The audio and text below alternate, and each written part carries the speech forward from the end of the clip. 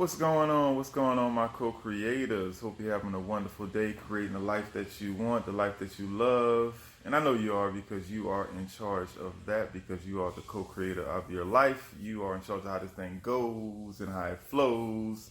But today, I have an extra special guest with me today. My name is Latifa, and it's nice to be here on your show today. That's right, Latifah. You heard that dramatic pause? That was for a reason because it's a big deal. We planned that. Latifah is actually my mom, and I just wanted to stop by and talk to her and see how she was doing, and just ask her about what she think about things going on in the world today. It's a very interesting time that we're living in with a lot of different things popping up. So, what's your opinion on the world? What's happening? To be honest, I really don't understand what's going on. You don't know who's telling you the truth. You don't know who's not telling the truth. We're at a point now where it's really we can't trust what the Democrats say. Nor can we really trust what the Republicans say. It's like we're caught in the middle, and like a person standing in the middle of the street or a crossroad. We're like at a crossroad, and then we don't know which way to go. We know we got to go some direction, but we don't know which way to go because we are getting fed so much of propaganda that we don't know who to trust. And even when I look at the protesting, I look at the peaceful protesting, and there was only a handful of people that were actually looting and burning buildings, and they show you the same picture over and over with the same people throwing the bricks. Then you hear about that all of that was planned, that there were people coming out setting bricks on the ground to make it easy access for young people to be able to get the bricks. Then I looked at another video where they were showing that somebody was driving by in cars sitting boxes of what you call those Molotov, the cocktails. The Molotov cocktails. Yeah, to throw in windows to set buildings on fire. That there were people actually had all that planned out already. So then you actually say, well, who are these people who's doing this? Right. Is it a group of people that are organized to do this, to make it look like the people are being violent because they know young people get emotional and they get caught up in a minute. So they say, oh yeah, we get them caught up in a minute. My question is, because I'm older and I've seen the things that have happened through time and through our government and through this and that, and you wonder, is all of this a way of them trying to instill martial law? And it seemed like everything been backfiring. They did the protests, and the majority of the people were peaceful protesters, so they couldn't get enough of violence kicked off in that situation to invoke martial law. So now it's a new thing now, where now somebody's giving all these young people, who are they getting it from? They're getting it from somebody who's giving them all of these fireworks. So that's what you're hearing now, that they're in the downtown areas and the city areas, and they're turning them into making them look like war zones at night because they're shooting all these fireworks, and they're showing them, throwing them on homeless people, and they're covered up, and they're at night you can't tell who it is. So you wonder, is that planned because everything else backfired? The protesting thing didn't turn out as violent as they wanted. Okay, now you have this going on. It seems like they keep trying to find a reason to invoke martial law, and that's what they seem like we're trying to get us under, what you call that, a totalitarian state of government. And even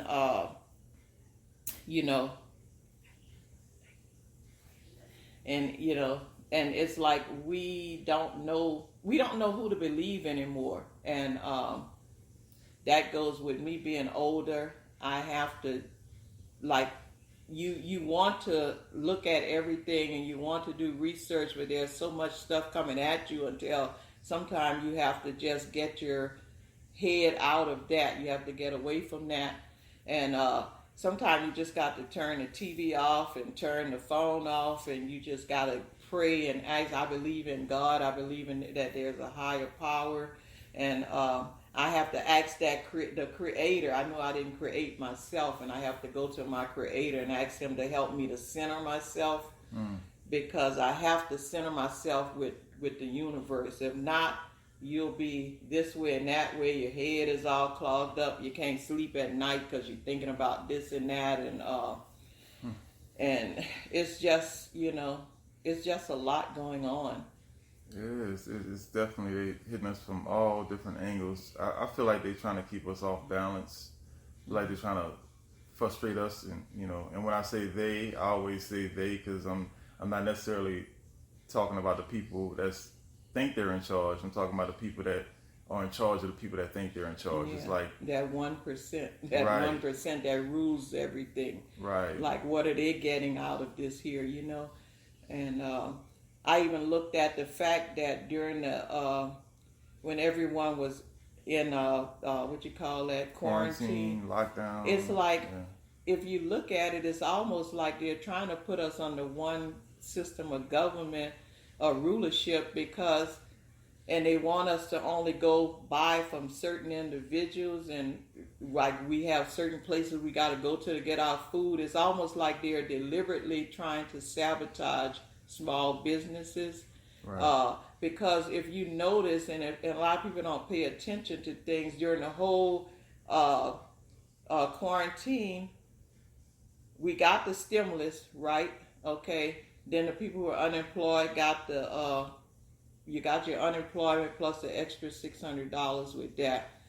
But if you notice, none of the stores closed down. The big stores, Walmart never closed during the quarantine. Target never closed. None of the major supermarkets ever closed down. Right. The hardware stores, they and never closed down, So these people who are already billionaires, these people are making money. So if they close all the small businesses down, you got the stimulus, you want to spend it. Most people want to go back and spend it, and they already know the nature of us as people. Right. So then we take the stimulus, and plus they bail out the big businesses. These people got millions of dollars, and then on top of that, they getting back the masses of the people money, because the people went back to them to go spend the stimulus checks. Right.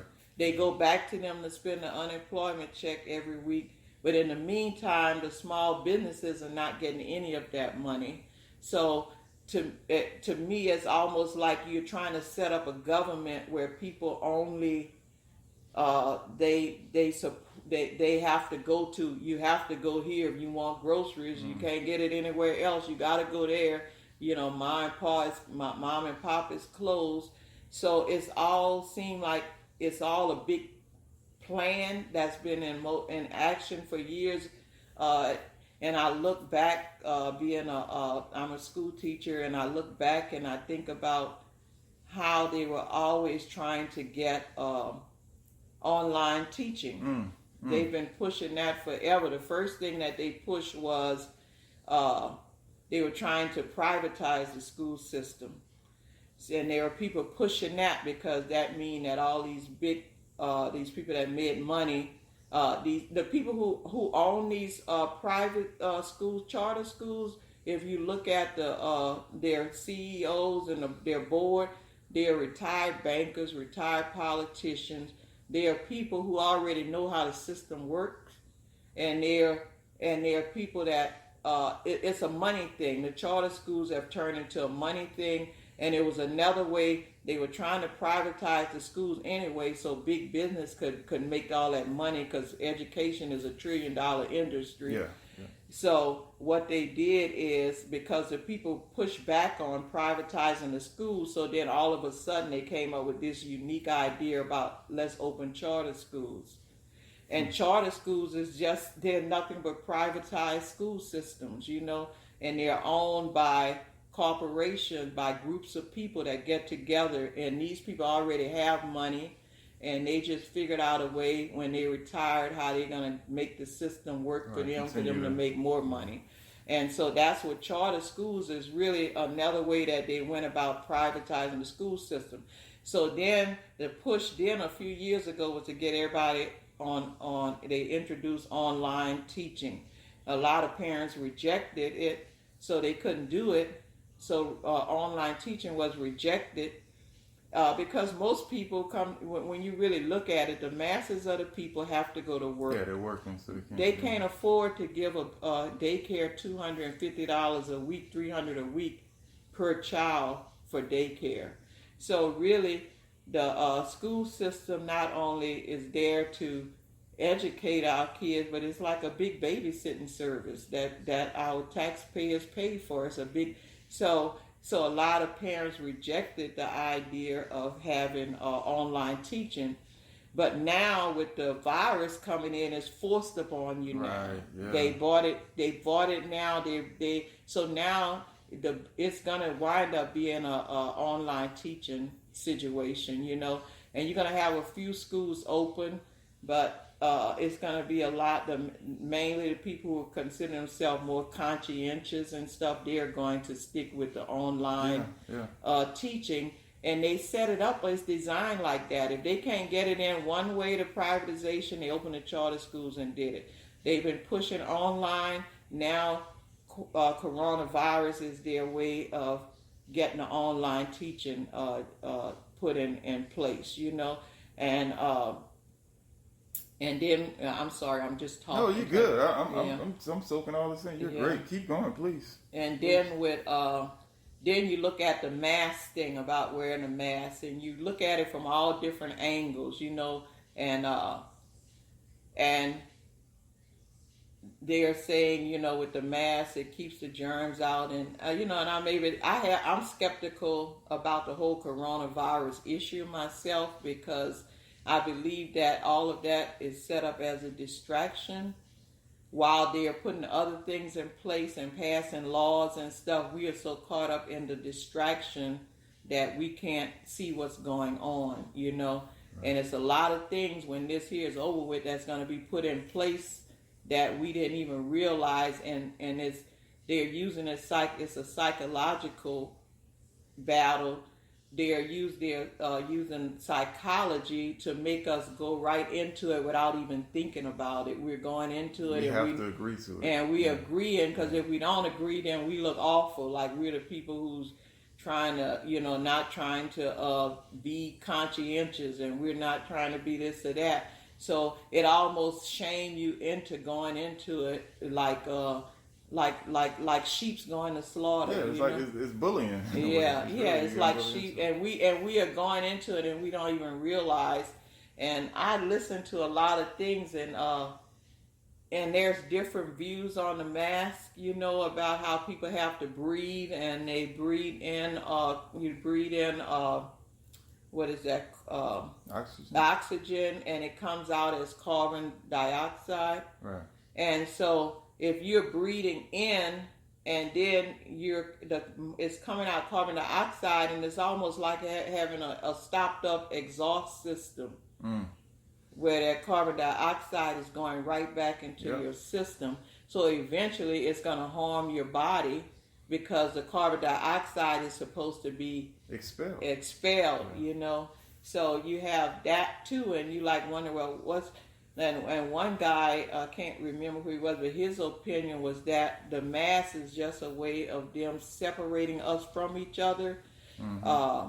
Like the races, like we couldn't separate, like keeping races away, different races of people away from each other. Because if you got a mask and you passing each other, you got to stay 6 feet apart from each other.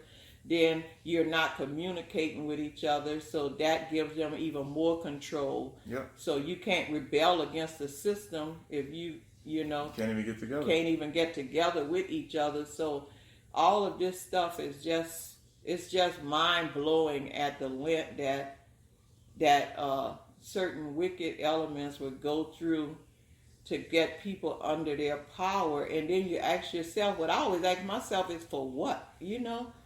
Like, for what purpose does that serve? Okay, you got everybody under one leadership. You're being a dictator. You have everybody under your control. To what end? I mean, we look at people who do that. What it means that instead of you having billions of dollars, now you got trillions of dollars. Now you got people you can make them do whatever you want. I guess to them we're like a big chessboard, you know. Yeah, it's way beyond money. Like It's way beyond. Yeah, it's psychopaths. It's Yeah. people that just want to just mess with other people and control people and just make them. They get off on seeing people being tortured. Yes. And when you have everything and you already got demented ways, what else can you do? Just torture you people. got all the money in the world. You billionaires, some of them trillionaires. You got money that you can't spend in your whole lifetime. Your children and grandchildren can't even spend it. Your great-grandchildren. You got that kind of wealth. But at the same time, you have that wickedness in you and that desire to control the masses like puppets. And that's what they're doing. It's like controlling the masses like puppets. And now we got to deal with the 5G thing. And so with 5G, that gives them more of an opportunity to be like big brothers. Like the whole world becomes like a big brother house.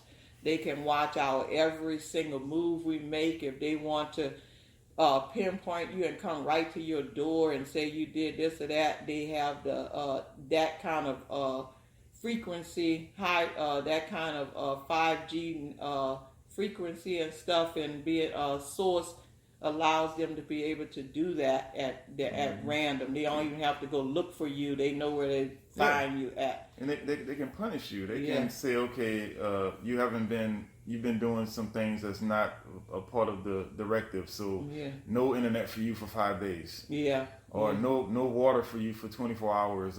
And if everything is controlled by this so-called smart grid, if you start getting out of line and doing stuff that people don't agree with, you're totally controlled. And we like giving it to them. They can't do this stuff unless we allow it.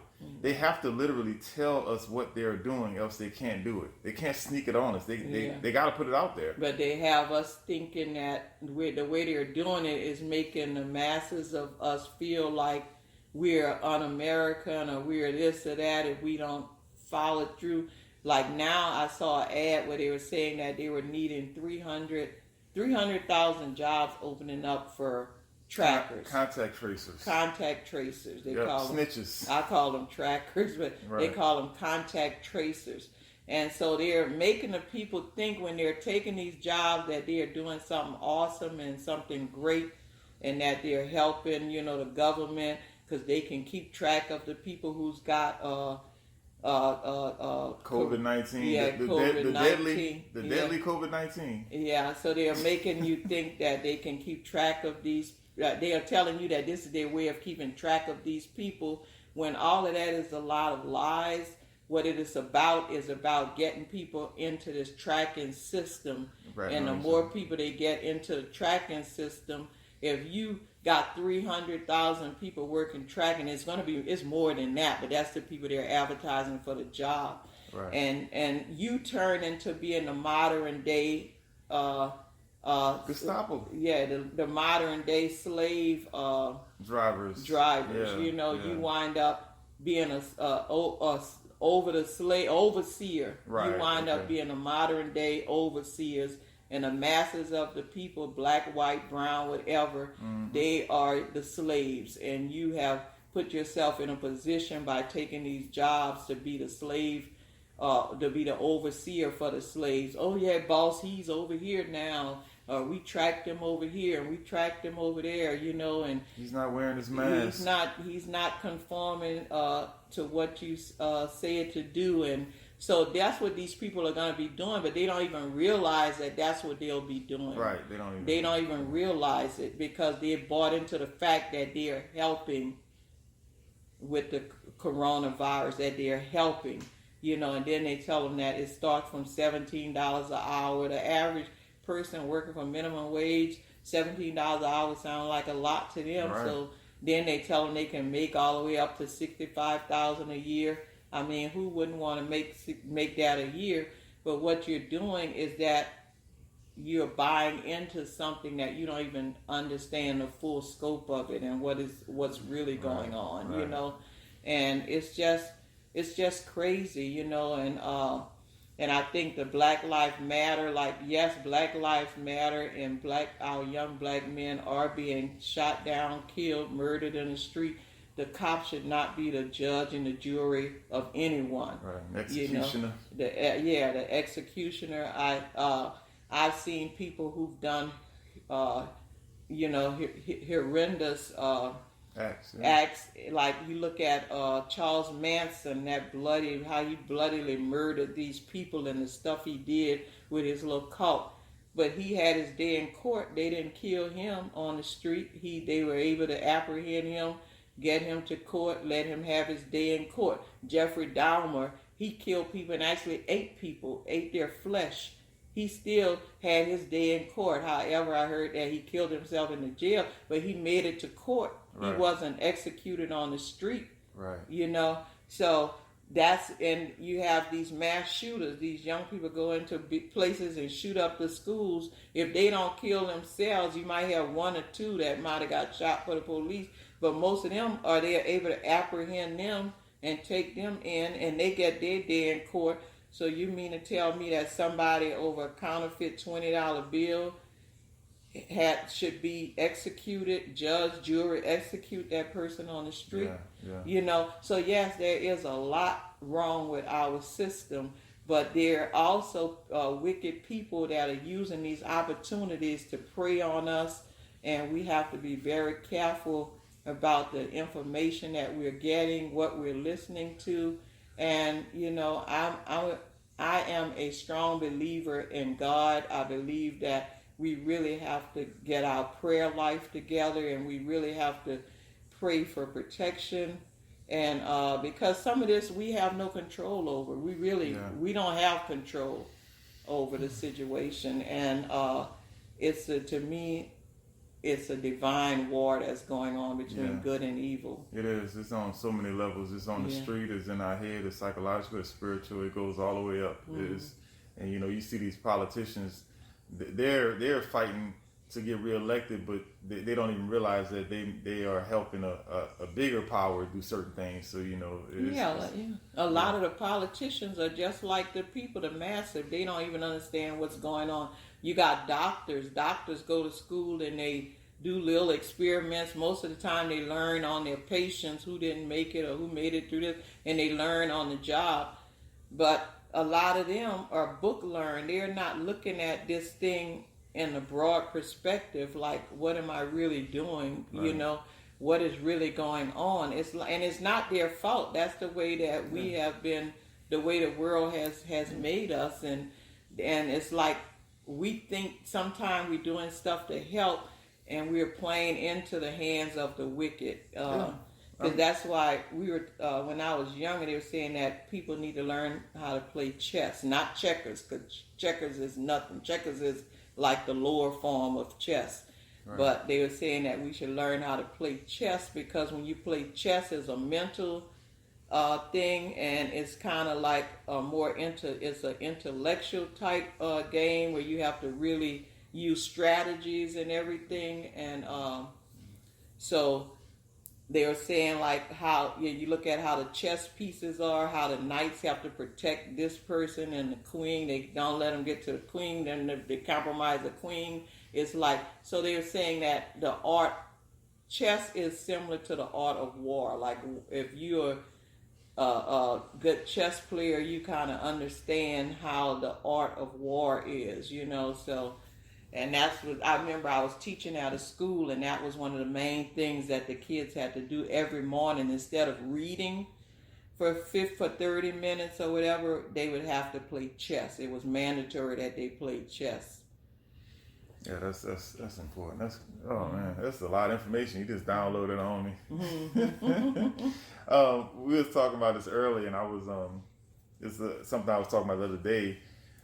When this kind of was pertaining to African Americans, and it could pertain to other people too, but African Americans, and I was saying that all of a sudden, seemed like over the last 10 years or so, we have been more gullible, and we kind of believe the politicians, we believe the news. It's like my whole life, it seemed like I was raised to pay attention to what's going on, but always be skeptical, always question everything. But now, especially with the corona and all this stuff, it's like, oh, if it's on the news, it's real. Oh, people dying, it's real. It's like, it seems like a lot of black folks lost their skepticism. And I was saying that One of the reasons could probably be, and this could sound controversial, is almost like we feel like we've made it. Like we are part of the American society now. Like this system works for us now. You know, we got a black president now. So, it must be real what we're seeing on TV now. It's like I think we've bought into the system too much. I like the system. I say use the system, get the most out of it, but always be skeptical of the system. But now it's like I'm seeing all these people just acquiescing and going along with everything. I'm like, what happened to the skeptic nature of African Americans? And this can go for other groups also, but definitely African American group. We're supposed to be skeptical. I mean, look at Juneteenth. We're supposed to be skeptical of everything we hear. You know, we can't. And so, what do you think about that? You think there's some validity to that? When I look at going back to Juneteenth and I look at the fact, and I think all of this stuff is like, to me, it's all planned out and it's not a coincidence. I don't think in this society that anything happened by coincidence. I think that it's all planned out. And the fact that the president wanted to go to Tulsa, where he know that there was and they claim they didn't know. Believe me, as nothing go by in this world, they know about Juneteenth. And if anybody in high position don't know about what's going on in the black community and what they celebrate and all of that, they're just telling you a flat out lie, you know. And then, like, why would you choose Tulsa, Oklahoma to go to, right, when you know that that was the place where white people savagely murdered, burned out blacks because they were jealous of the progress that they were making? It was known as the Black Wall Street. And you had other towns too, like Rosewood. You had a place called Haiti, South, was it North Carolina or South? But Haiti, it was one of the Carolinas. These towns that, these were people, black people were prosperous after slavery. They took the little nothing that was given to us, because we didn't get the 40 acres and the mule that was promised to us. But with what we had and with our mind, we were intelligent. We've always been intelligent, smart people. And they were able to build neighborhoods like Black Wall Street with businesses. They say they had, like, I forgot, a guy saying 100 of businesses like along that stretch. Right, yeah. They had their own banks. They had, you know, Greenwood. They had this and that. They had all kind of stuff, and we were doing something. So when we get that label, and I think that's what angers us as blacks, African American, whatever you want to say, what angers us is that we are called lazy and we're called this and that, and they've already schooled people from other countries, and they come here and they look at us as oh, that's the people they talk about, you know, that's those lazy, you know, these black people, they're lazy, they don't want nothing.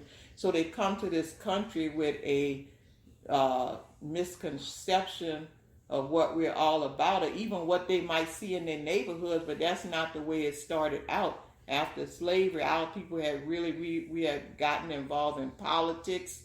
We had businesses. We had this and that. If you look back at some of the old movies, we dressed impeccable. The women would dress always really nice.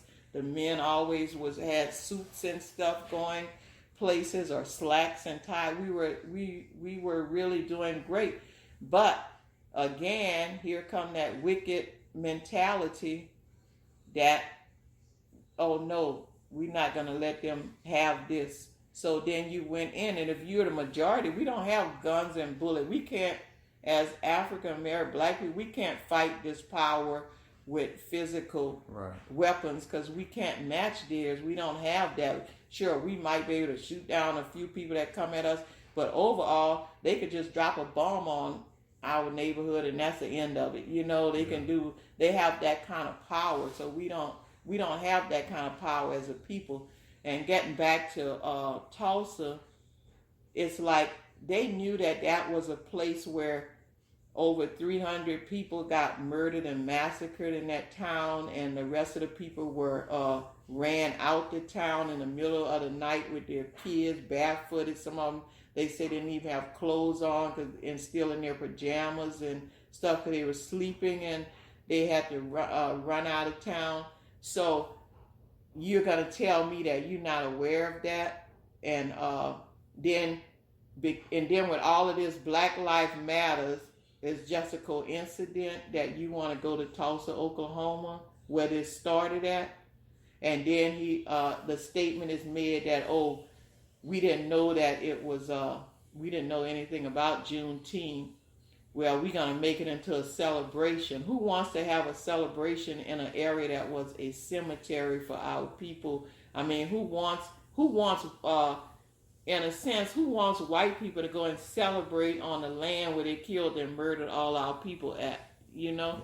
Yeah. It's definitely some symbolism. Yeah, so it's on. a symbolism. It's something that they're doing. They want to show you that, hey, you know, you got your Black Lives Matter. We're gonna show you that. We're gonna give you a slap in the face. We're gonna have a celebration in one of your major places that was that we went in and we murdered your people and all of that. You know, so none of that I think is done by accident. We just have to.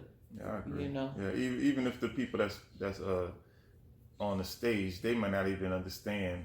Like, you know, I'm gonna say maybe Trump didn't plan it. Maybe it's people planned it, because you know people always forget that the people behind the president, around the president, they the ones set up a lot of this stuff. They just kind of go along with it. They just show up. The president is almost like a puppet, right?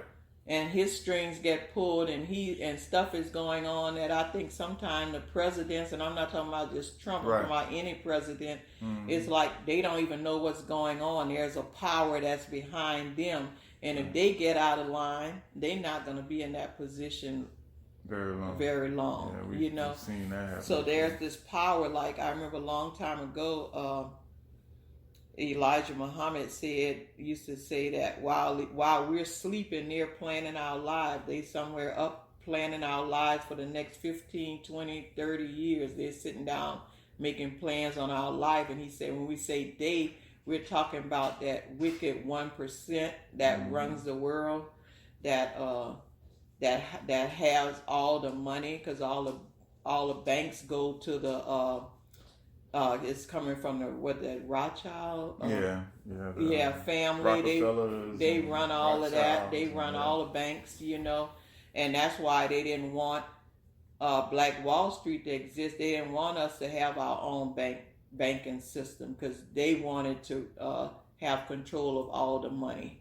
Yeah. You know, so it's just so much going on, and we need to study. And the masses of the people, I think the majority of Americans, I think we all mean well, and we want what's best for the country. I really don't think the masses of the people want us to have a lot of racial tension among us and stuff. I think people just want to get along. They want to live. They want their families to have a better life. They just want to get along. But then there's this other element that's seeking to destroy that, to divide and conquer. And chaos. So I would say white people of color, that we all have to be conscious of what's really going on around us.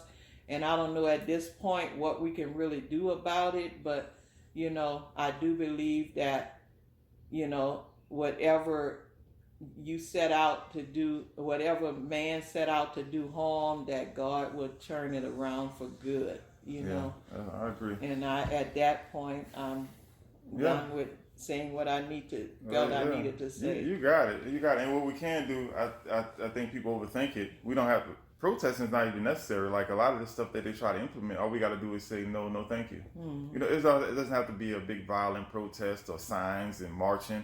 All we got to do is say no, thank you to a lot of things, and they'll go away.